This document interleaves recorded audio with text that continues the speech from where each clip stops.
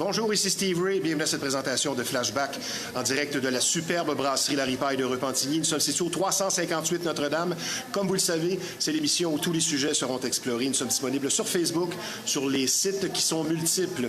Avec notre deuxième invité, nous allons tenter de clarifier un point important dans nos relations amoureuses en démystifiant un vieux dicton. Qui se ressemble s'assemble, vrai ou faux? Et pour ce faire, qui de mieux placé que la dirigeante du site de rencontre Effet Tandem afin de nous guider?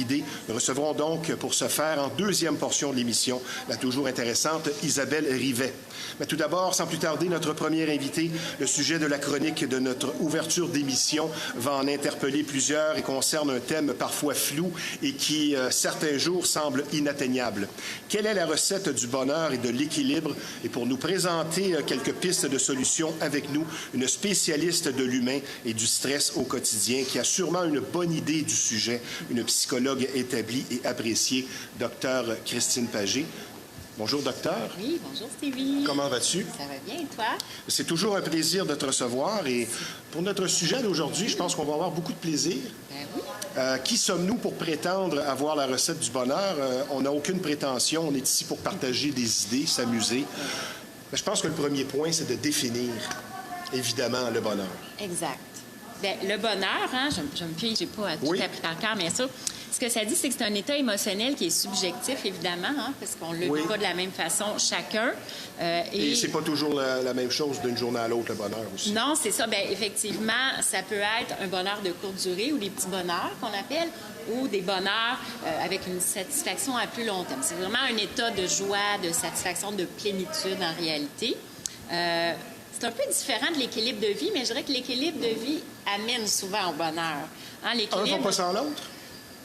Bien, je pense que ça va ensemble, dans le fond. Si on arrive à avoir un bon équilibre, on risque d'être beaucoup plus heureux que si tout est déstabilisé, déséquilibré. Disons que l'équilibre est intrinsèque au bonheur. On pourrait dire peut-être que sans équilibre, point de bonheur. Ça devient très difficile sans équilibre de vivre le bonheur. Des petits bonheurs peut-être ou certains jours, des occasions spéciales. Bon point, disons, un bonheur tranquille, à long terme, ça prend l'équilibre qui va avec ça. Puis l'équilibre, bien là, ça va être plus à travers les différents domaines de notre vie. Tu sais, on parle souvent du partage au niveau travail, famille, hein, vie personnelle, vie professionnelle, mais il ne faut pas oublier là-dedans qu'il y a aussi la vie sociale, la vie personnelle pour soi-même, c'est-à-dire avoir du temps pour soi, pour son conjoint, sa conjointe, pour ses enfants, sa parenté, sa famille, avec le travail, avec l'équilibre de vie, hein, les finances aussi, la santé, évidemment, c'est un peu tout ça. Quand on arrive à avoir du temps un peu pour tout ça, là, on atteint un certain équilibre de vie. Mais je vais renchérir justement sur la définition, parce que mon approche est plutôt terre-à-terre. C'est que le bonheur, il faut comprendre que la vie ne sera pas un long fleuve tranquille, ni une exaltation constante. Là. Les fortes sensations, ça ne veut pas dire nécessairement que c'est le bonheur. Je vois deux catégories, un peu comme toi. Notre position dans la vie, est-ce qu'on est heureux ou est-ce qu'on est dans la bonne chaise, que ce soit professionnellement ou personnellement dans nos vies? Et surtout, les petits bonheurs au quotidien. Oui, exact. Savoir apprécier un coucher de soleil, un ami qui t'appelle pour te demander comment ça va, fait partie, je pense, de la recette de la solution du bonheur. Oui, tout à fait. C'est sûr qu'il y a différentes façons là, de se sentir plus heureux. Si on se concentre plus sur le bonheur, parce que c'est sûr qu'il y a des stratégies au niveau de l'équilibre de vie, hein, la gestion du temps, par exemple, comme je le disais tout à l'heure, s'occuper de sa santé et tout ça. Mais si on va plus vers le bonheur, tout ce qui est de cultiver la gratitude, la reconnaissance, c'est un de mes points. Ça aide vraiment. Apprécier ce qu'on a plutôt que de focaliser sur ce qu'on n'a pas. Tout à fait. Donc ça, c'est un des secrets, un des premiers secrets pour le bonheur. Mais là, c'est plus un secret. Non, on le dit. La gratitude, comment ça se fait? Bien, ça peut être de prendre un moment tous les jours, soit le matin, soit en fin de journée, en soirée, avant de se coucher, puis de se donner peut-être 3 petits bonheurs de la journée, 3 meilleurs moments. C'est de focaliser. Avant de se coucher, c'est bien parce qu'on s'endort sur le positif. Et de focaliser sur les bons moments ou être reconnaissant dans la vie en général envers les gens avec qui on se sent bien. Et ça, c'était mon autre point. Cultiver des relations interpersonnelles positives. Des relations vitamines. Oui, exactement. Et savoir reconnaître quelque chose qui est toxique, et parfois, c'est pas facile.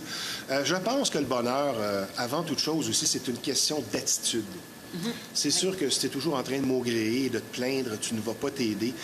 Donc, savoir gérer les inconvénients de la vie, dédramatiser et philosophiquement, je dirais que c'est une phrase parfois que moi-même j'emploie dans ma vie. Mettons, tu as une mauvaise nouvelle ou tu as une mauvaise journée. C'est que quand ça va mal, c'est bon signe, c'est que ça va bientôt bien aller. Ah, bien, c'est les cycles de la vie. C'est ça. C'est toujours comme ça. Il faut pas... Ça ne peut pas juste mal aller tout le temps. Il ne faut pas l'oublier, ça, parce qu'on ne peut pas avoir cette journée dans une semaine identique où tout va sur des roulettes. Ça fait partie de la vie. Et je dirais aussi respecter les limites de son corps, qui est l'outil principal. C'est que si tu n'as plus de santé, je l'ai vécu dernièrement, j'ai été au bout de mes forces, j'ai trop travaillé, je me suis couché tard, le vois-tu, là, ça fait 2-3 jours aussi. Il faut dire que les allergies n'aidant pas. Oui. Quel serait ton autre point, Christine? Donc, on parlait d'établir des relations, la gratitude, fixer des objectifs aussi ou des projets, des rêves qui sont réalistes quand même, bien sûr. À court terme. Mais à court, moyen et ça peut être long terme aussi, tout dépendant du temps que ça prend pour les réaliser.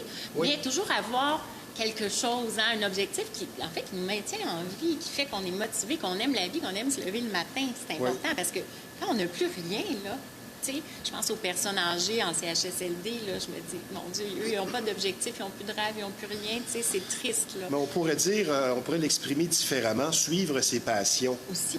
Les choses qui font qu'on se sent bien, chercher à se sentir bien. J'aurais une question. Une ancienne façon de vivre qui s'appelait l'hédonisme, centrée strictement sur la convoitise du plaisir. Oui. J'ai posé cette question-là à un philosophe dernièrement qui est à l'émission, Paul Sarrazin. Est-ce qu'on peut vivre en étant strictement dirigé vers le plaisir? Est-ce que ça pourrait être une façon d'être heureux ou c'est de l'utopie? Bien, je pense que c'est utopique parce que ça dépend de quel plaisir on parle ici, bien sûr aussi, parce que souvent, tous les plaisirs, bien, c'est parce que souvent le plaisir il est vécu dans le court terme, hein? Oui. Qu'on pense à une rencontre sociale, qu'on pense même aux relations sexuelles, à la consommation, alcool et drogue, c'est toujours dans le court terme. Ça amène une dose de dopamine qui nous procure ce plaisir-là, mais c'est du court terme. Alors que tout ce qui est à plus long terme, construire des relations au niveau professionnel, réaliser des rêves, comme je le disais tout à l'heure, ça aussi, ça nous amène du plaisir, mais peut-être plus un sentiment de bonheur ou de plénitude, de sérénité, justement. Mais quand on est plus jeune, l'aspect sexuel de la chose, c'est plus long. Quand on est plus vieux, c'est moins long. Ah, en tout cas, ils disent ça. Ça reste quand même du court terme, là, sur une journée. Mais je vais rajouter sur ce que tu viens de dire, là, avec lequel je suis très d'accord. Au quotidien, chercher sa petite dose de dopamine. Pour certains, ça va être leur collection de cuillères ou de cartes de hockey. Un autre, ça va être d'écouter un programme à la télé. C'est une façon d'aller cultiver ça, le petit bonheur au quotidien, simple, pas compliqué, qui parfois ne coûte rien. Je pense que ça fait partie de suivre ses passions. Oui, tout à fait. Il y a différentes façons d'avoir la petite dose de dopamine. Il y a des façons qui sont plus saines que d'autres. On pourrait dire ça comme ça. Hein? Faire de l'exercice, écouter de la musique qui nous amène vraiment un sentiment de joie où on se met à danser. Et tout. Pas toujours de la musique triste. Aussi, c'est sûr. Surtout parce si on se met à danser, c'est oui. peut-être moins triste. Mais oui, la dopamine, c'est bon, mais c'est ça. Il y a des façons saines et d'autres moins saines pour la santé physique et mentale de le faire, c'est sûr. J'ai une question pour toi. On parle de l'entourage, de l'influence positive ou négative, et il faut savoir le remarquer. Dis-moi avec qui tu te tiens, je te dirai qui tu es. Es-tu d'accord avec ça?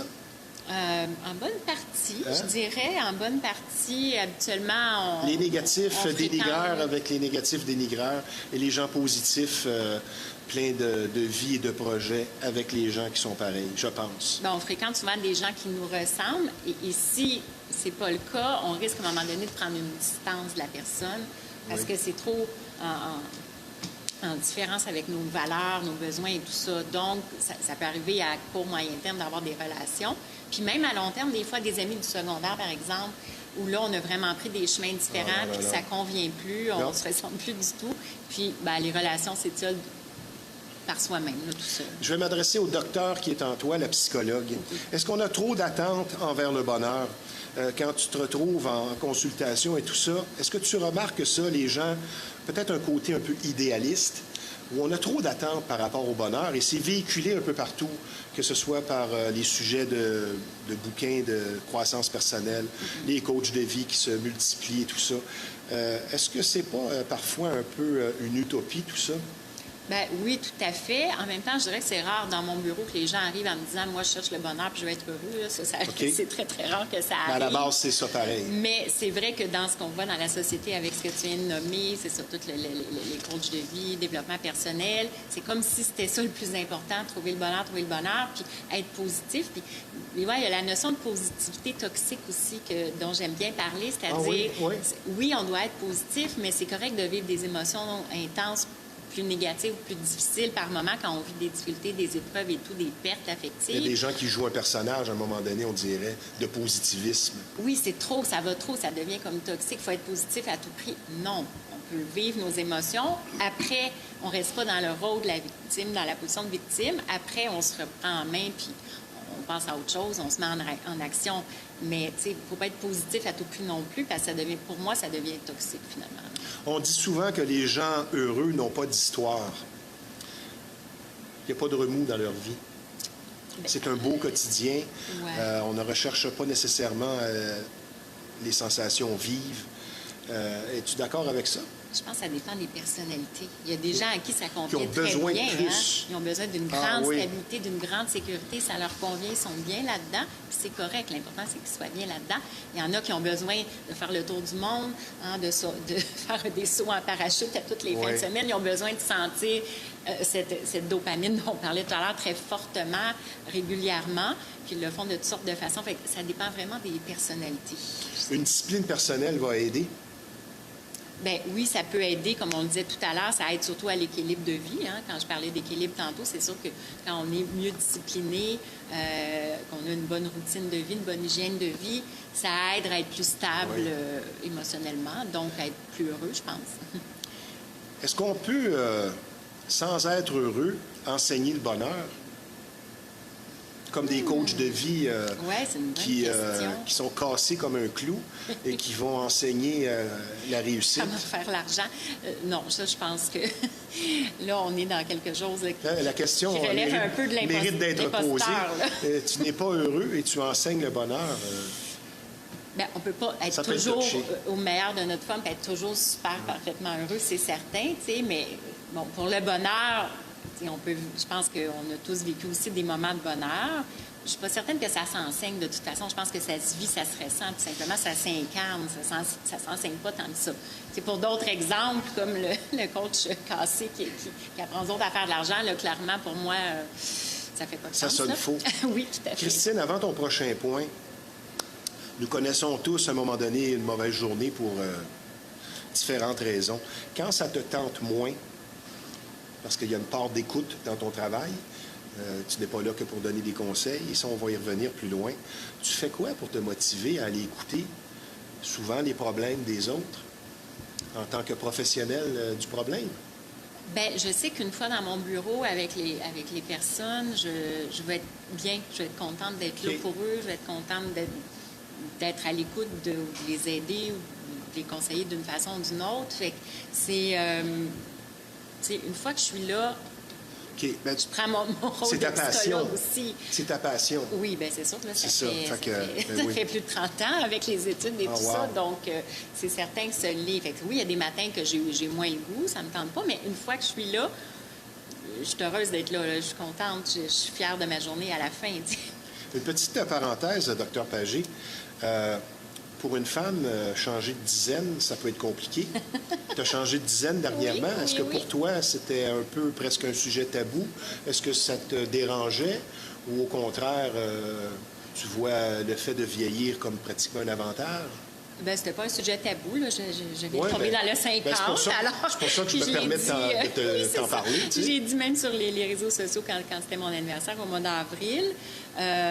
Donc, comme on se disait plus tôt cette semaine, c'est sûr que là, quand j'ai eu 40, ça a bien passé, c'était correct. Je me disais, j'étais encore pas une jeune femme, mais c'est correct. Mais là, à 50, on est vraiment une femme mature, on peut dire ça, avec de l'expérience.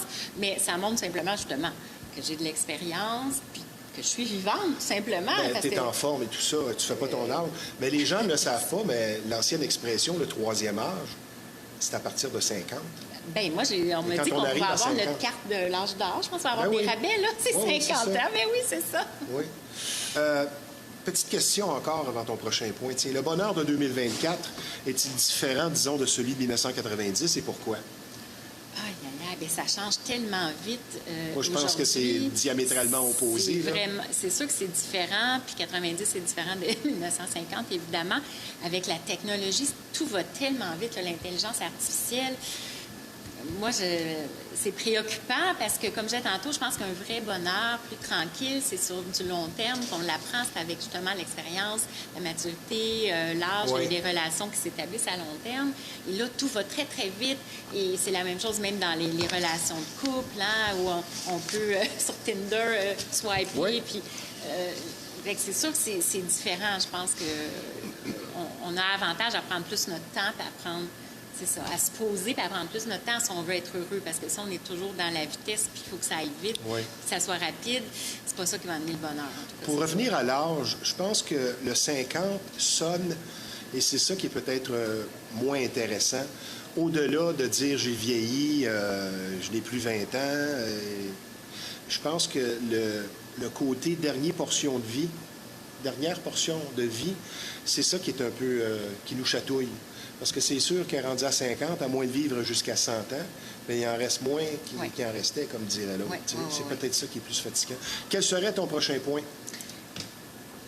Bien, gérer le stress. Ah, ben oui. Pour être heureux, je pense qu'on doit apprendre à gérer nos émotions, les émotions intenses, plus c'est sûr de la colère, hein, on parle de la colère, l'anxiété, la tristesse, apprendre à gérer ses émotions, gérer son stress. Et en son vieillissant, c'est anxiété. plus facile, je pense. Oui, bien, comme je disais tantôt, on a plus d'expérience, on se connaît beaucoup mieux. On va tourner le dos à des situations qui viennent trop nous chercher. Tout à fait. Fait que gérer son stress, avoir une bonne hygiène de vie, mais tu sais, on le dit souvent, mais ça ne veut pas dire que les gens l'intègrent. Hein? Tu veux dire se laver? Entre autres, mais bien manger, bien dormir. Ah, le repos. Peut-être faire un peu d'exercice. Ce n'est que de la marche. C'est pas obligé de faire le marathon du tout, là. Ça peut être prendre du temps pour soit méditer, faire des respirations profondes, peut-être vivre un petit peu plus en pleine conscience le moment présent, mais c'est toutes des façons de mieux gérer son stress et son anxiété. Là. Quand on parle d'équilibre, je vais transformer mon point en question. Est-ce que c'est compliqué avec le système de consommation, le capitalisme dans lequel nous vivons? C'est rapide, c'est diversifié, il y a beaucoup de tentations. Est-ce que ça contribue justement à nous garder dans un certain déséquilibre? Personnellement, je pense que oui. Axé sur la performance. C'est ça, oui. Bien, ça, oui, c'est certain. Là, travailler 50 heures par semaine, c'est pas encore assez. Si on a une profession ou qu'on travaille pour une entreprise, un employeur qui demande ça, puis que justement, on fait du 50 heures et plus semaine, là, bien, notre vie est déséquilibrée automatiquement, puisqu'on a moins de temps pour notre vie personnelle, familiale et tout ça. Donc, automatiquement, ça va être ça. C'est sûr que pour les gens qui sont plus dans la consommation, dans le matérialisme et tout, qui ont besoin de se prouver, bien, ça va demander d'avoir plus de revenus et donc peut-être de plus travailler pour y arriver. Alors, c'est sûr que ça amène un déséquilibre. Est-ce qu'on peut être heureux sans vivre l'amour? Oh, là, ça parce que là, on s'en va sur le point qui dit que l'être humain est fait pour vivre à deux, exemple. Il y a de plus en plus de gens seuls. C'est plus de 50 de la population. Est-ce que ça pose problème au bonheur? Et là, ça dépend de quel... Si on parle d'amour amoureux... En couple. Je pense qu'il y a des gens qui sont vraiment heureux sans être en couple. Par contre, habituellement, ils ont soit de la famille dont ils sont très proches, de très, très bons amis dont ils sont proches, ou ils ont eu des enfants, ils ont déjà été en couple. Une personne complètement seule, vraiment qui vit de l'isolement et de la solitude, c'est sûr que je pense que cette personne-là ne sera pas heureuse, à moins vraiment d'être un ermite au fond des bois, mais il n'y en a pas tant quand même. Mais je connais beaucoup de types qui disent, qui sont sous la rubrique « ma folle n'est plus là ». Et là, maintenant, je suis bien. Et là, on fait une boutade avec ça, on fait une farce, mais il y en a qui le vivent vraiment. Est-ce que c'est plus difficile, la solitude, pour l'homme ou la femme? Pour l'homme. Je pense que les hommes... Après 40 ans, ça fait tous des gars bizarres. La plupart... Pour les vieux garçons, peut-être. Mais je pense que la plupart des hommes, pas tous, il y en a qui sont capables de vivre seuls un bon moment, mais la plupart des hommes vont avoir tendance à refaire leur rue, à rencontrer quelqu'un peut-être plus rapidement que les femmes après une séparation. Les femmes, elles vont prendre plus leur temps ou elles vont être plus sélectives. Ils vont se faire un horaire. Les femmes vont se faire un horaire. Une femme qui vit seule, mettons, rendue à 60 ans ou 70 ans, elle va se faire un horaire du petit bonheur quotidien. Oui. L'homme, on dirait qu'il a besoin... il a besoin, lui, de plus d'être comme en train de travailler, en train d'aider, en train de... Oui, le sentiment d'utilité. C'est ça, exactement. Oui. Je vais te lire une citation d'un conférencier motivateur bien connu, qui est une définition simple du bonheur, Tony Robbins. Oui. Lui prétend qu'on est heureux que si l'on sent que l'on progresse. Et je suis un peu d'accord avec ça, spécialement chez les carriéristes, les gens qui ont besoin de défis. C'est comme on le disait tantôt, il y a des gens qui vont se contenter de peu et d'autres ont besoin de défis. Et dans cette catégorie de gens-là, si tu sens que tu progresses, que tu avances, tu es heureux. C'est sûr que ça aide toujours à augmenter notre confiance en soi, nos compétences, puis notre estime de soi, de réaliser des défis, des réussites, de voir justement qu'on progresse, qu'on évolue. Bon, c'est sûr qu'à un moment donné, la carrière s'arrête dans le sens qu'on prend notre retraite. Fait que là, ça peut être un bonheur plus tranquille à ce moment-là. On a peut-être moins ce besoin de progresser. Mais clairement, je ne sais pas, moi, entre l'adolescence puis la retraite, je pense qu'on a ce besoin-là pour se sentir bien. Mais encore là, il y a des personnalités, comme je disais, que c'est vraiment un petit bonheur tranquille, puis ça leur convient aussi, puis ils ne connaissent pas autre chose non plus.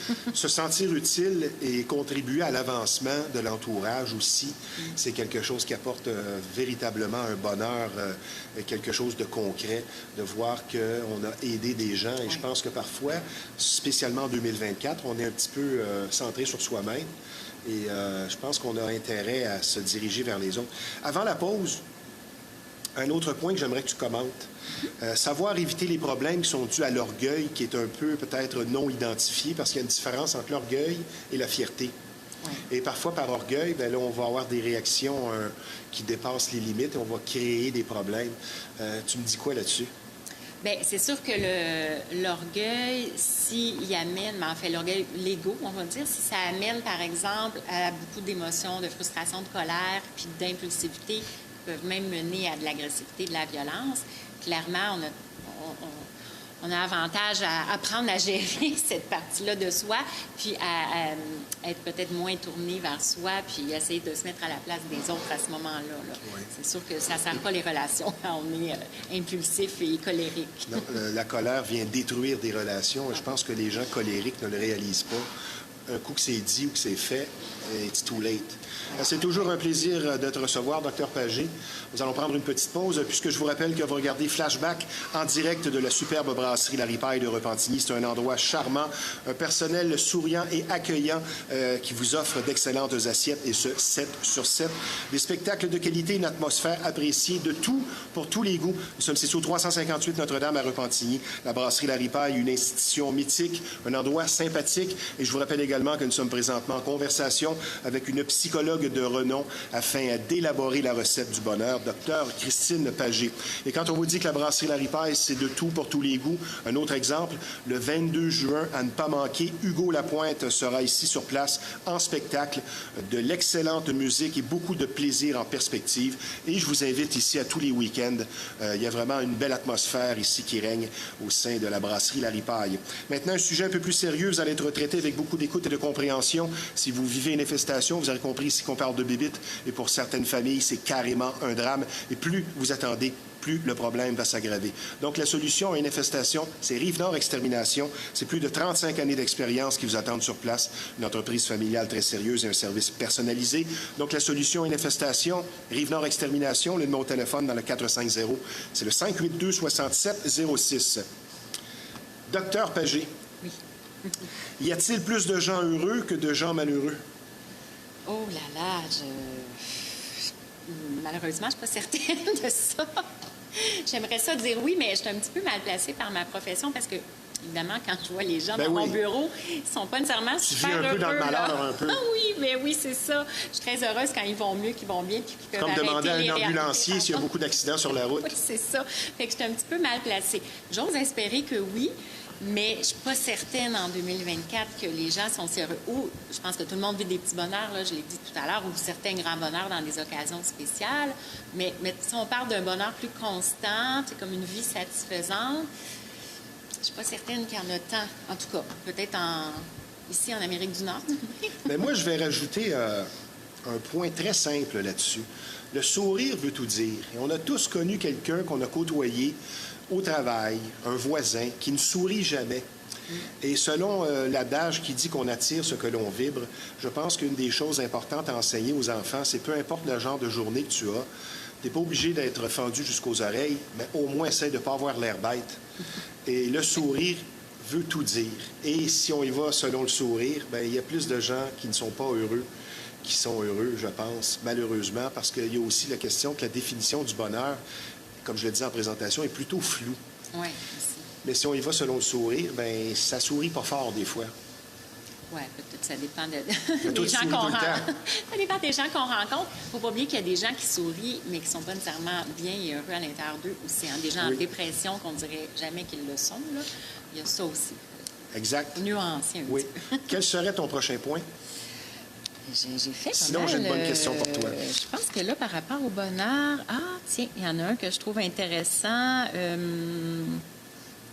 L'autocompassion, la bienveillance envers soi-même. Hein? On n'en parle pas tant que ça. Ah, c'est cute, mais de ça. bien se traiter comme on traite notre meilleur ami, parce que combien de personnes ont tendance Être à son se meilleur ami. dénigrer, se dévaloriser, Oui. se traiter de tous les noms parce qu'ils ont fait une petite erreur, puis ont échappé oui. quelque chose. Donc, cultiver vraiment l'autocompassion, la bienveillance envers soi, comme on écouterait notre meilleur ami. Exactement. Bien, c'est parfait ce que tu dis avec ma prochaine question. Un ego trop présent veut dire un ego fragile? Bien, effectivement. Quelqu'un qui est toujours en train de se vanter, Les là. gens oui, tout à fait. Là, les gens qui vont rabaisser les autres pour se remonter, ça parle vraiment d'un ego fragile. Les gens qui sont bien avec eux puis qui ont confiance en eux, en leurs compétences, leurs capacités, ils n'ont pas besoin de rabaisser les autres. Ils ne le font pas. Au contraire, ils vont faire en sorte que l'autre personne soit valorisée aussi. Oui. Dans ses forces et ses qualités. Ouais. J'ai hâte de voir ta réponse à la prochaine question dans notre monde de communication d'aujourd'hui, supposé avec plus d'ouverture qu'il y a 75 ans. Le psychanalyste célèbre Freud, aujourd'hui, se ferait lapider avec ses théories controversées, notamment sur la femme? Encore là, Ça ne passerait pas du tout? Bien, on les utilise encore. En fait, on les enseigne encore à l'université, on les utilise encore. Ça dépend lesquels, je dirais. Mais quand même, dans le développement d'un petit enfant, on voit vraiment les phases psychosexuelles. On les voit se développer, là. Donc, ça dépend de quoi il est question par rapport à Freud. Mais il y a des choses, je pense, qui demeurent quand même dans le développement pour lesquelles je suis en accord avec lui. Je pense concernant le bonheur aussi, tu as abordé ça tantôt, comprendre que chaque épreuve et chaque problème, c'est une occasion de grandir. Finalement, avec une certaine perspective, c'est pratiquement une chance. C'est sûr que tu te fais couper les deux bras. Je veux dire on va revenir plus fort, c'est peut-être différent. Mais dans le cycle de la vie, comme tu le disais tantôt, on le voit, il y a des creux qui nous amènent à comprendre des choses et à avancer. Oui, tout à fait. Bien, je pense que pour la plupart des gens, oui, les épreuves sont difficiles à vivre pendant que ça arrive, mais vont s'en sortir grandis, plus forts Oui. psychologiquement, émotionnellement. Je dis pour la plupart parce qu'on sait que malheureusement, il y a des gens qui ne sont plus de ce monde et que c'est leur choix d'y arriver, qui vont se suicider. Donc, je me dis qu'eux, ils ne sont pas arrivés à passer à travers l'épreuve pour en sortir plus forts, malheureusement. Mais pour la plupart, c'est le cas, là. Ouais. Je vais m'adresser à la psychologue. Est-ce que ton métier, c'est plus de l'écoute ou du conseil en pourcentage? Moi, ça m'intrigue de voir ta réponse. Peut-être un petit peu plus de l'écoute, surtout dans les premières rencontres, parce que je ne connais pas la personne. OK. Donc, je dois apprendre à la connaître Avant de faire un de conseil. suggérer, de OK. conseiller et tout. Je dois faire comme une évaluation clinique un peu de ce qu'elle vit. Mais au fur et à mesure que je connais bien la personne, Oui. c'est sûr que ça dépend encore. Là. Il y a des gens qui parlent beaucoup, puis j'ai de la misère à intervenir, fait que je les laisse Ils ont besoin prendre de la parler. place. C'est ça. Trop plein. Puis il y en a d'autres qui ont besoin plus de conseils, de suggestions. Donc, ça dépend des besoins de chacun de mes clients, je dirais. Là. Manifestement, tu es une personne généreuse, à l'écoute. Tu es une guide. Ma question, pourquoi une personne cherche justement à aider, à guider, et l'autre pas? Parce que là, ça n'a pas rapport à l'âge. C'est même pas une question de sagesse. Il y a des gens que c'est inné, d'autres, peut-être, est-ce que ça peut s'acquérir? C'est quoi ton point de vue là-dessus? Pourquoi quelqu'un aide et l'autre pas? Bien, je pense que ça part de la petite enfance, de ce qu'on a vécu dans nos relations familiales, après ça à l'école. Moi, à l'âge de 12 ans, je disais que j'allais être psychologue. Donc, ça fait longtemps que c'est en moi, que j'aimais aider, comprendre l'être humain aussi, avant toute chose, comprendre les comportements, les émotions, les pensées des êtres humains. Fait que je pense que on apprend peut-être ça, c'est ça, dans nos relations au tout début. Oui. C'est sûr qu'il y a des types de personnalités plus sauvages qui ont souvent eu des parents qui avaient eu des problèmes de santé physique ou mentale ou de consommation, peu importe, puis qui ont été un peu parentifiés. Fait qu'il y a des types de personnalités comme ça aussi, plus sauvages qui vont... Parentifiés. Oui, c'est oui. Oh, c'est intéressant. Oui. Dans quel aspect de ta vie au quotidien, ta profession vient t'aider personnellement? Bien, dans mes relations, c'est ça en général, Oui. que ce soit relation avec ma Mieux fille, comprendre avec, ce que tu entends. avec mon conjoint, avec les amis, quand ils ont besoin d'être écoutés. Est-ce que dans ton les conjoint te relations. consulte? Non? Pas vraiment, non. Mais parfois, c'est vrai. Parfois, par rapport à son travail, par rapport à des relations avec ses collègues de travail, c'est vrai que ça arrive qu'il me questionne là-dessus. Je vais te citer justement quelques paroles sages que j'ai relevées qui vont avec notre sujet. Tous les hommes font la même erreur de s'imaginer que bonheur veut dire tous les vœux se réalisent. C'est Léon Tolstoï. Je pense que c'est un écrivain russe qui a dit ça. Et c'est pas fou. Le bonheur, c'est pas d'avoir tout ce qu'on veut, Non, pas du tout. comme des enfants gâtés. Bien, peut-être même au contraire, parce que d'être dans le désir, peu importe le type de désir, que ce soit le désir dans une relation ou le désir d'un objet ou d'un voyage, peu importe ce que c'est, ça contribue beaucoup au bonheur, ça aussi. Le plaisir est dans l'attente. Moi, j'aime bien cette phrase-là parce que c'est vrai aussi. Ça va être plus mérité, plus savouré. Oui, tout à fait. Ah, j'aime vraiment ça. C'est tellement vrai. Oui. Je vais te citer Bouddha maintenant. Le bonheur est né de l'altruisme et le malheur de l'égoïsme. C'est pas fou. Oui, Parce ça, qu'on ça dit fait souvent aussi. qu'on souffre à la mesure de notre ego et c'est pas fou. Oui, puis c'est rare qu'on se sent malheureux d'avoir aidé quelqu'un en soi. Seulement on se sent bien, on se sent heureux d'avoir aidé les gens. Ben oui, c'est très important. On vit en société. Maintenant, Aristote, qui disait que le bonheur est à ceux qui se suffisent à eux-mêmes. Il ne faut pas tomber dans la suffisance non plus.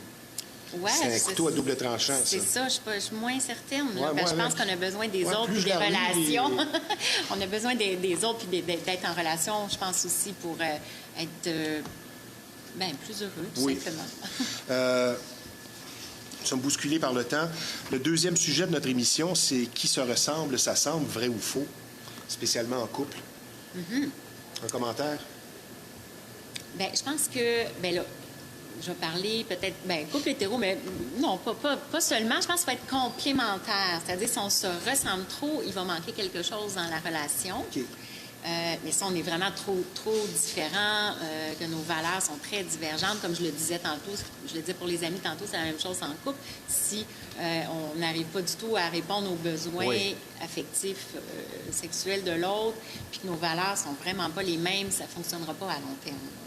Mais on se complète en même temps, tu sais, fait que c'est nuancé encore.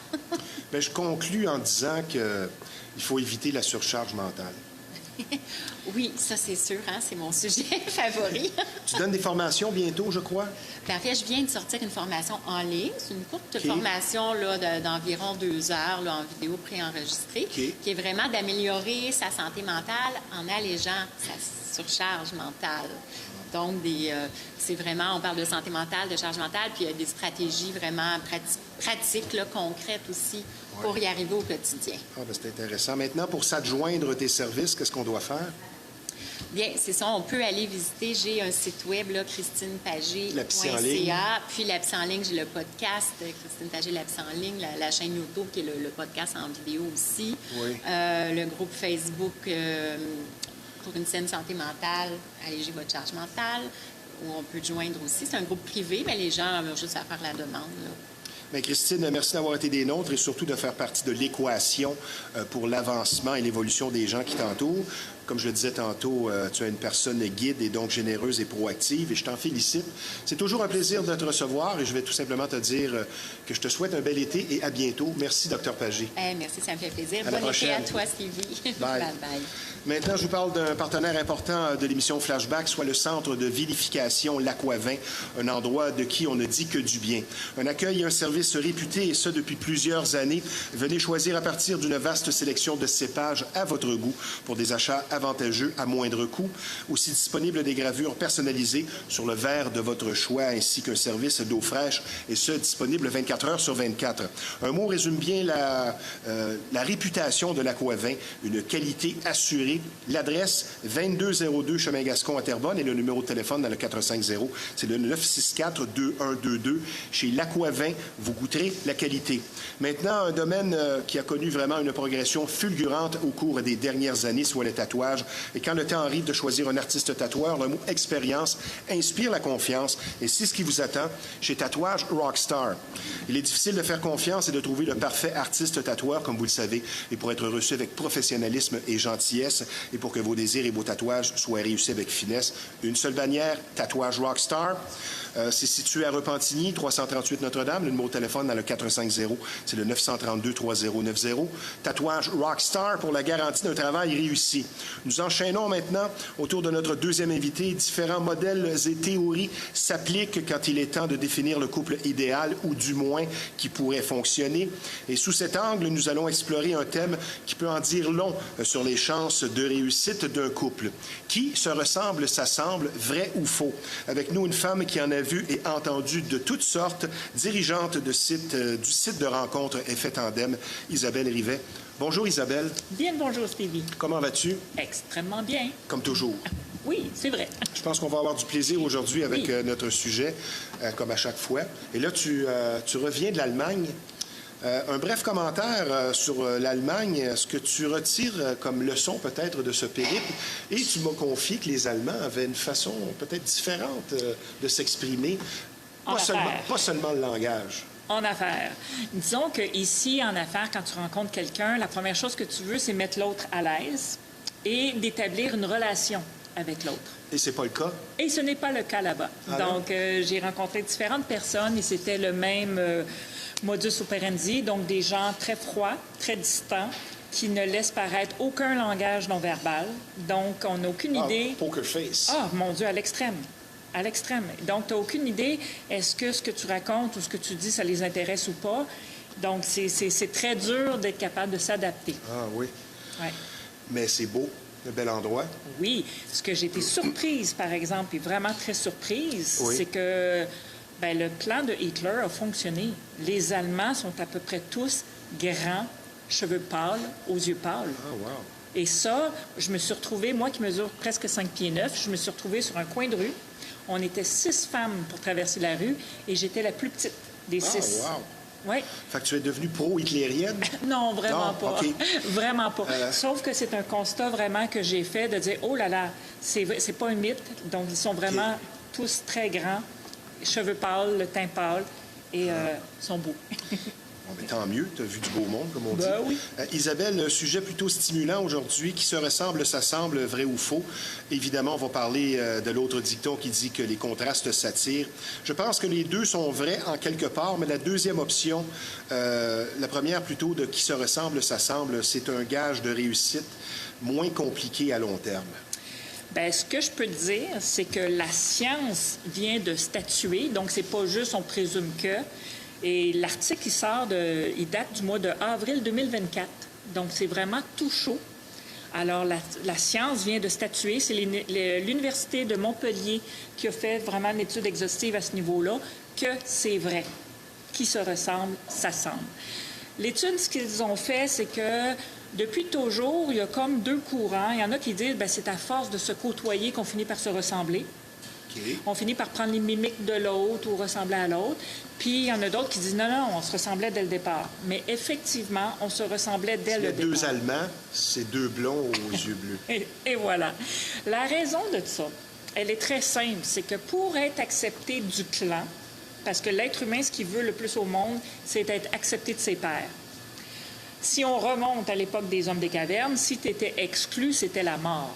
Donc, tu ne pouvais pas survivre. Alors, on a encore ça en dedans de nous, qu'on veut être accepté par les autres, on veut que ça passe bien, que ça coule bien.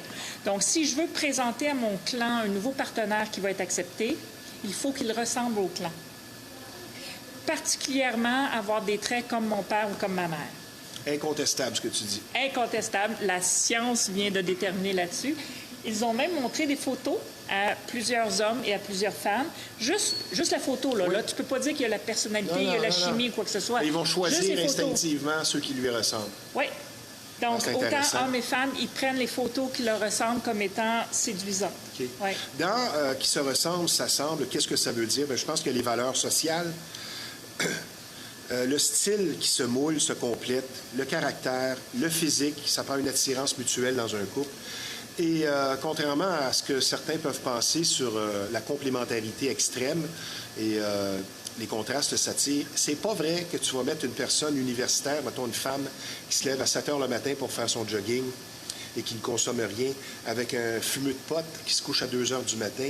C'est pas vrai que ça va fonctionner malgré toute l'attirance physique du monde. À long terme, je n'y crois pas du tout. OK. Ça ne fonctionnera pas si, à un moment donné, il y en a un des deux qui se réveille et qui fait son ménage sur soi. Mais si on prend dans le cas d'un sauveur avec une sauveuse ou d'une sauveuse avec un sauveur, la personne peut rester dans ce pattern-là toute sa vie j'aime ce que tu sans dis. sortir de là. Ouais. Mais à partir du moment où il y en a un des deux qui sort de ce pattern-là, bien, à ce moment-là, ça ne peut plus fonctionner. Mais qui se ressemble, s'assemble, finalement, le synonyme, ce serait point en commun. Tout dépendamment, parce que si pour moi, ce qui est important, il y a 2-3 choses qui sont très importantes dans ma vie, bien, on peut avoir 50 points qui ne se ressemblent pas pantoute. Non, mais disons les 2-3 points les plus importants. Exemple, là, tu serais, toi, une musicienne professionnelle de 20 ans de carrière. Est-ce que tu vas fréquenter un gars qui déteste la musique?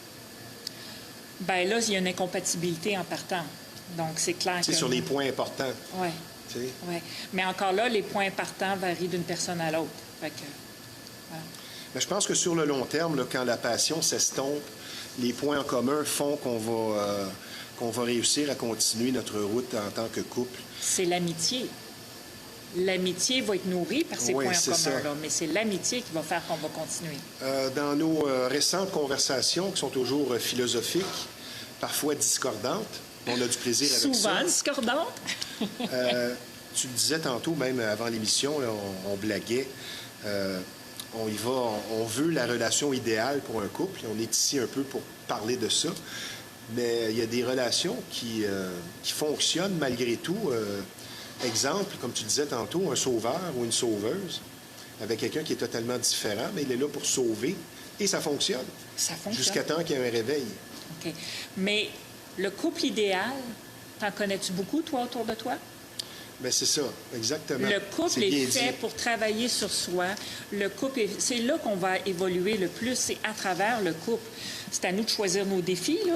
Si le défi est trop gros, Oui. à un moment donné, on passe à autre chose.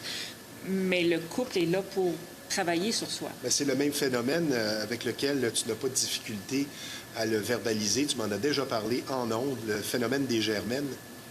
Tu m'as déjà dit sèchement, et tu avais tellement raison, quand moi je chialais là-dessus, tu as dit, oui, mais une germaine avec celui qui se fait diriger, mais lui, il est heureux là-dedans. Qu'est-ce que tu Mais veux? il en a besoin de sa C'est presque germaine. un club idéal. Ben oui, il y en a besoin de sa germaine. Donc, à quelque part, tu sais, quand il y a une expression, là, chaque chaussure trouve sa godasse ou chaque torchon sa guenille, mais ça va dans tous les sens. En 2024, tant qu'à parler des germaines, les femmes dominantes, il y en a plus que l'inverse? J'aime pas Un homme dominant là, de nos jours, on le voit dans les nombreuses publicités, tu verras jamais un homme dire à sa femme, « Ben non, chérie, on va pas prendre cette sorte-là, on va prendre cette telle marque. » Tu vois toujours l'inverse. Fait que ce qui est véhiculé, c'est que la femme doit être dominante et surtout pas l'homme. Je suis pas d'accord. OK. Encore une fois, je viens de... OK. C'est que... C'est pas ça qui est véhiculé? C'est parce que j'aime pas le terme dominant. Oui, mais c'est le terme employé. Si je te dis toujours quoi faire, je te domine. Bien, il peut y avoir une question de leadership, il peut y avoir une question de mâle alpha. OK. Mais dominant, nécessairement, si tu es dominant, ça veut dire que de la façon dont tu en parles, c'est que tu écrases l'autre. Oui, mais c'est un peu ça qu'on voit. Mais un mâle alpha peut être mâle alpha et au contraire, soutenir et soulever l'autre. Oui, mais le mâle alpha, c'est mâle parmi mâles. C'est pas un mâle alpha dans son couple. Le mâle alpha, c'est dans un groupe de mâles. Mais non. Mais est-ce que ça existe encore, un mâle alpha? Mais il y en a partout. Ça a toujours été et ça sera toujours. OK. Ça, c'est la personne qui va avoir un certain leadership par elle-même. La personne sur qui on peut compter, la personne qui est solide. Et même les femmes vont rechercher un homme solide. Ah oui, ben oui. Ils vont Mais rechercher... pas dominant. Bien, j'aime pas le terme dominant de la façon dont Ben toi, moi non tu en plus, je ne parles. l'aime pas, OK. mais c'est ce qu'on constate. Parce qu'il y a une Moi, différence entre je vois des dominant histoires et mâle d'horreur alpha. autour de moi, des couples qui ont beaucoup d'années Parce de vie que commune. Et, Le vrai mâle alpha n'a pas besoin de le démontrer. Il l'est tout simplement. Oui. Donc, il n'y a comme pas un besoin vrai de leadership qui se fait dans le silence. Ben, tout simplement, Oui, oui. oui, oui. Oui. Ça serait quoi ton prochain point avant la pause? Ah, mon Dieu, déjà la pause. Oui. L'estime de soi, OK, une des composantes importantes de l'estime de soi, c'est le lien d'appartenance. OK. Donc, si je veux avoir une bonne estime de moi, je vais m'assurer d'avoir autour de moi des gens qui me ressemblent. Donc, ça va m'aider à me remonter moi-même. Et ça, les gens ne se rendent pas compte de ça. Tu vas prendre comme exemple, si moi, il faut que j'engage du personnel, puis supposons que j'ai aucune notion. Je vais juste, moi, avec mon feeling, puis j'engage du personnel. Nécessairement, je vais engager des gens qui ont des compétences qui me ressemblent. Je n'irai pas chercher des gens complémentaires.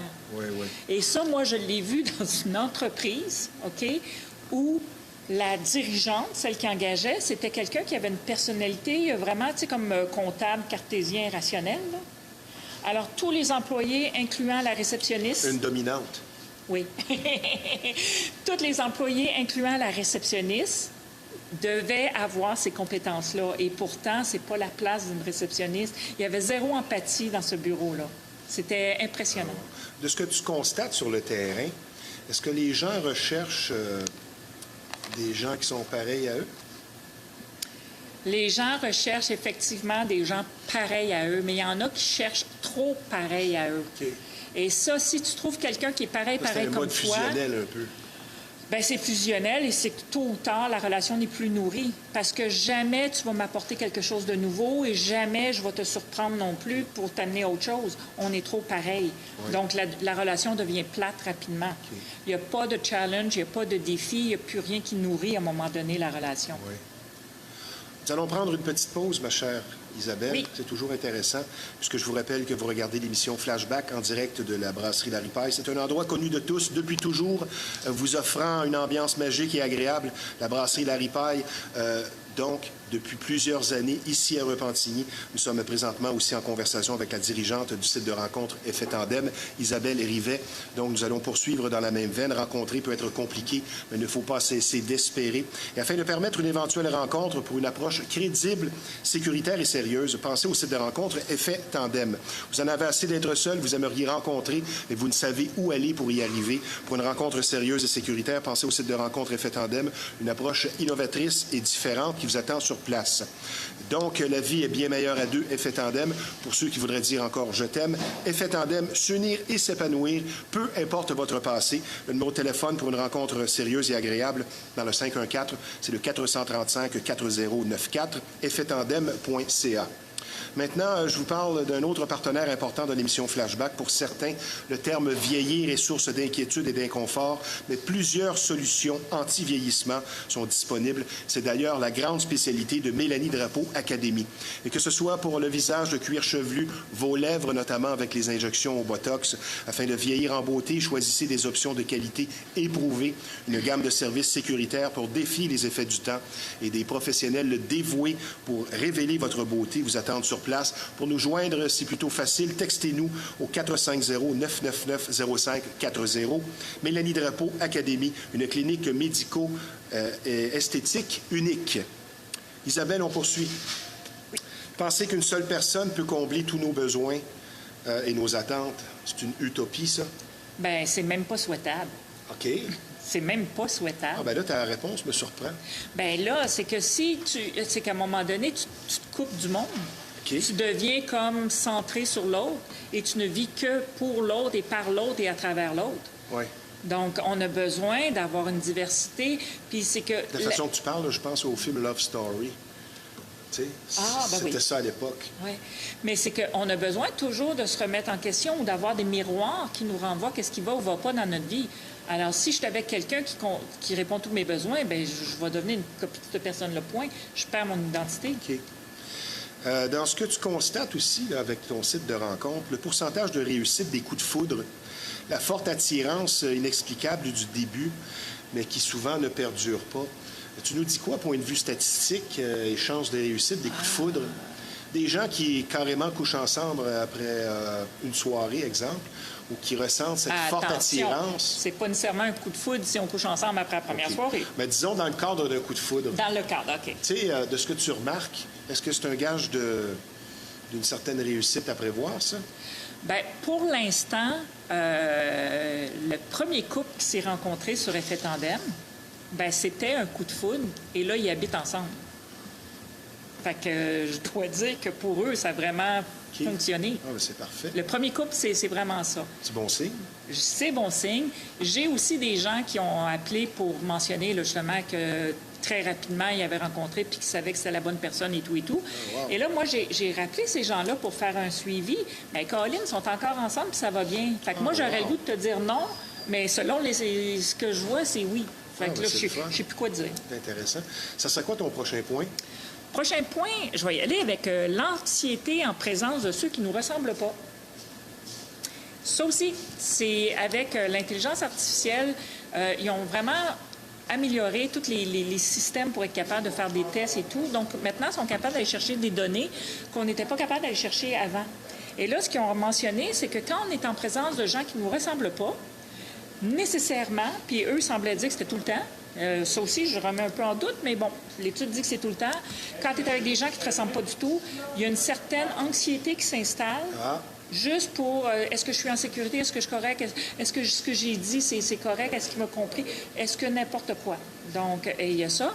Et cette anxiété-là va baisser si j'ai une bonne amie asiatique, puis que je suis souvent avec elle, puis que j'aime vraiment cette femme-là. Tu te retrouves avec ses amis à elle, asiatiques, tu vas être confortable. Même si ce n'est pas ses amis. Je vais aller complètement ailleurs, dans un endroit où il y a plusieurs Asiatiques, parce que j'ai un lien d'appartenance avec ma copine qui est asiatique. J'aurai pas la présence autant de cette anxiété-là avec le nouveau groupe d'Asiatiques. C'est intéressant, ça. Oui. Mais sinon, si j'arrive dans une autre ethnie complètement différente, puis qu'ils sont plusieurs, puis que moi, j'arrive tout seul dans ce groupe-là, puis même s'ils sont pas menaçants, là, ils rient, ils ont du plaisir, la vie est belle. Mais je vais quand même avoir une certaine anxiété qui est là. Un petit peu de xénophobie. Et ça, c'est là de façon naturelle. OK. Oui. As-tu un autre point concernant qui se ressemble, s'assemble, vrai ou faux? J'avais des dessins partout, là. Attends, on a parlé un petit peu de... Ah oui, par rapport aux parents. Ça aussi, il mentionnait qu'ils prennent des couples qui fonctionnent depuis longtemps, qui ont minimum un enfant, donc pour déterminer que c'est vraiment des vrais couples. Et est-ce qu'ils... Hey, oublie ce que je viens de dire. Comme si le critère pour être un vrai couple, c'est d'être ensemble depuis longtemps avec un enfant. Ouais. Mais en tout cas, c'est ça qu'ils ont pris, eux autres, pour l'étude.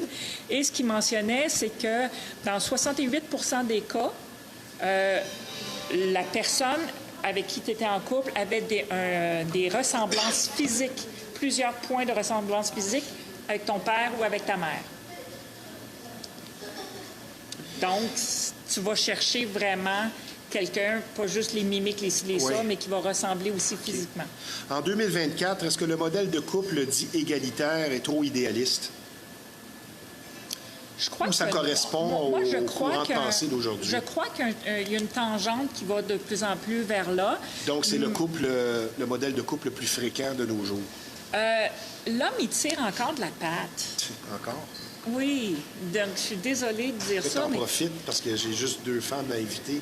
Je suis tout seul aujourd'hui, c'est pour ça. Désolée. Okay. Mais l'homme aurait avantage à s'affirmer un peu plus et à prendre plus sa place. Parce qu'évidemment, quand il ne prend pas sa place, bien, elle, la femme, n'a pas de misère, elle va la ramasser, la place.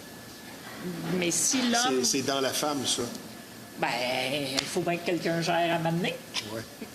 Puis même. Et même, comme toi, quand tu te tais, je parle.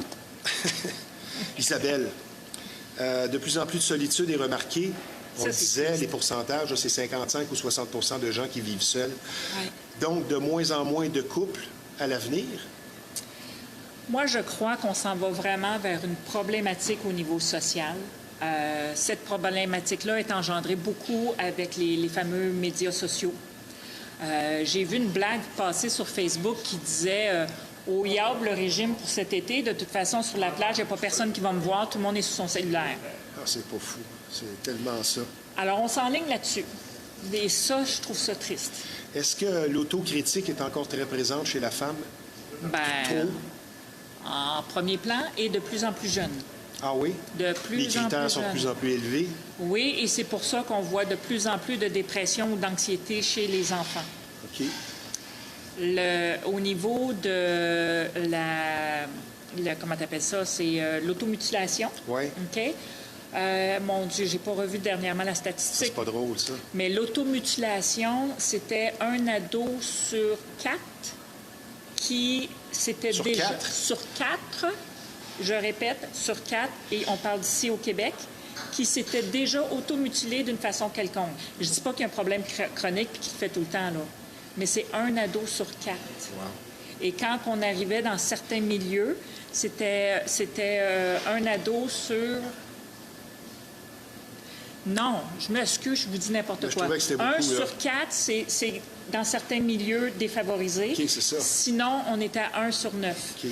Mais 1 sur 9, on s'entend que c'est quand même beaucoup. Quelques questions en terminant sur le couple d'aujourd'hui. Oui. L'importance des week-ends pour un couple, avec les gens qui travaillent de plus en plus la fin de semaine. Qu'est-ce que tu nous dis sur l'importance des week-ends pour le couple? C'est l'importance du temps ensemble. Si nous, le temps ensemble, c'est 3 soirs semaine, ben même si on n'est pas ensemble le week-end, on a nos 3 soirs semaine ensemble. Et il faut respecter Oui. cet en sorte engagement-là. que- Oui, il ouais. ne faut pas se perdre de vue. C'est tellement facile de se perdre de vue. Isabelle, j'ai hâte de voir ta réponse à la prochaine question. On va parler du langage de l'amour, puisque le look passe avant toute chose, en tout cas pour une première rencontre. On en a parlé dans d'autres chroniques. L'attirance physique se doit d'être là. On parle toujours justement de cet aspect-là. Mais qu'en est-il de la conversation et la culture d'un soupirant? OK. Pour ce qui est de l'attirance physique, plus on vieillit, moins c'est important. OK. Et ça, on Donc, le voit pour nous, vraiment. rendu à notre âge, ça n'a plus aucune importance. Tu peux ressembler à n'importe quoi. OK. Ça va être correct. Parfait. Mais l'importance de la conversation et la culture d'une personne, donc, prend plus de place en vieillissant. En vieillissant aussi, ça va prendre plus de place. Les valeurs, les besoins, ce que l'on recherche va changer avec le temps. OK. Un mot sur une tendance, on entend un petit peu moins parler, mais il y a quelques années, on entendait ce mot-là souvent, le polyamour. Oui. Qu'est-ce que tu penses de tout ça? Ben, tu veux mon opinion à moi personnellement? Oui. Ben, moi, la personne qui n'est pas capable de s'assumer à travers un couple, ben, elle va aller en chercher 2 personnes, puis elle prend le meilleur des 2, puis elle laisse tomber OK. le moins beau des 2. Mais ça, je vais me faire pitcher des roches. C'est ma vision à moi. Ben, j'aime ta je franchise. mais je le sais que c'est pas partagé par tout le monde. Trop politiquement correct, c'est jamais intéressant. Isabelle, pour les écorchés de l'amour, Oui. je vais citer encore Sigmund Freud, psychanalyste célèbre qui se passe de présentation. Il disait « Nous ne sommes jamais aussi mal protégés contre la souffrance que lorsque nous aimons. » Parce que l'amour, c'est un peu un jeu, comme un jeu de poker. The name of the game, c'est ça. Il faut faire attention parce que tu t'exposes au rejet. Tu peux souffrir. Mais qu'est-ce que tu penses de ça? Qu'on a une certaine vulnérabilité quand on va aller du côté des sentiments. Ben, je crois sincèrement que d'aller dans une relation amoureuse sans oser se dévoiler une certaine vulnérabilité... Ça ne peut fonctionner. Zéro chance. Ouais. À court terme, oui, mais il y a zéro sens. Et cette relation-là n'évoluera pas parce que le contact profond ne se fait pas. OK. Et il y a des gens qui ont de plus en plus de difficultés avec ça. Ben, le contact se fait avec le cellulaire. Oui, c'est ça. Maintenant, si on parle de la réputation de la femme, la fragilité émotive de la femme et son image, est-ce que c'est maintenant changé? Ce n'est plus nécessairement la femme qui est émotive et plus sensible que l'homme. c'est partagé. Ça commence à être de plus en plus égalitaire, mais c'est quand même partagé. Okay. Mais oui, les femmes sont plus fortes qu'avant. Isabelle, lors d'une première rencontre, se donner rendez-vous dans un endroit où la musique est très forte, est-ce que c'est surtout de la danse et où on ne pourra pas nécessairement parler? Est-ce que c'est une mauvaise idée? Bien, c'est la pire des idées, tant qu'à moi. OK. Donc, comment veux-tu converser avec l'autre puis voir comment il est si la musique se pitch à plein? Ouais. Dans le même ordre d'idées, qu'est-ce qui cloche habituellement dans une première rencontre qui serait en haut de la liste? Ah, mon Dieu, c'est que les gens ne sont pas eux-mêmes. OK. L'homme essaie d'impressionner, exemple. Bien, les deux. Et la femme est trop fardée. Les deux essaient d'impressionner. Les deux veulent paraître sur leur meilleur, puis les deux... Fait que là, à ce moment-là, c'est que je suis pas moi, l'autre n'est pas lui non plus. Fait que là, on est tous les deux pas nous. Fait que comment tu veux que... Et là, on est en mode plaire, et ça, c'est pas nécessairement... Comment veux-tu que ça fonctionne? C'est pour ça que pour une première rencontre, ce qui va être recommandé, c'est plutôt que d'être assis un devant l'autre, puis se regarder sans bouger, puis à se demander justement si on a une couette, bien, c'est de faire une activité à deux. Aller marcher à l'extérieur, aller jouer au tennis, aller parler. Une couette à droite. OK. Et je les assume. Okay. Donc, c'est vraiment de bouger ensemble et de parler, de se promener et d'avoir une très courte rencontre pour pas justement être pris à travers ça. As-tu un dernier point que tu veux partager ou on a fait le tour de la question? On a pas mal fait le tour de la question. Okay. Mais ce qui est important, c'est de se comprendre, la communication. Se comprendre, tu veux dire avec l'autre? Se comprendre avec l'autre, OK? Parce que quand on parle de gens pareils ou de gens qui se ressemblent, souvent la différence n'est même pas là, mais comme on ne se comprend pas, on pense que la différence est là. OK. Pour se joindre à Effet Tandem, qu'est-ce qu'on fait? EffetTandem.com, site de rencontre sans faux profil. Oui, sécuritaire. Sécuritaire, avec une aide de différents intervenants pour faciliter là, les belles relations durables et sortir des vieux patterns amoureux. C'est merveilleux. Merci de ta présence à l'émission. C'est toujours instructif et stimulant aujourd'hui comme sujet. Je te souhaite un super été et je te dis tout simplement, Isabelle, à bientôt. Merci, Stevie. Merci d'avoir été des nôtres. Merci.